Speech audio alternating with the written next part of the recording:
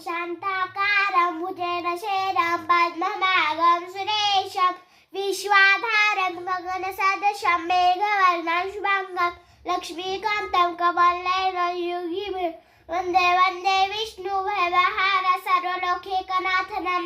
बाहुनी लक्ष्मी येते करोतीची प्रार्थना शिवं करोति कल्याणं आरोग्यं धनसंपदा शत्रुबुद्धि विनाशाय दीपज्योते नमस्तुते। दिवा दिवा दीपत्कार काने कुंडल मोती हा दिवाला पाहून नमस्कार।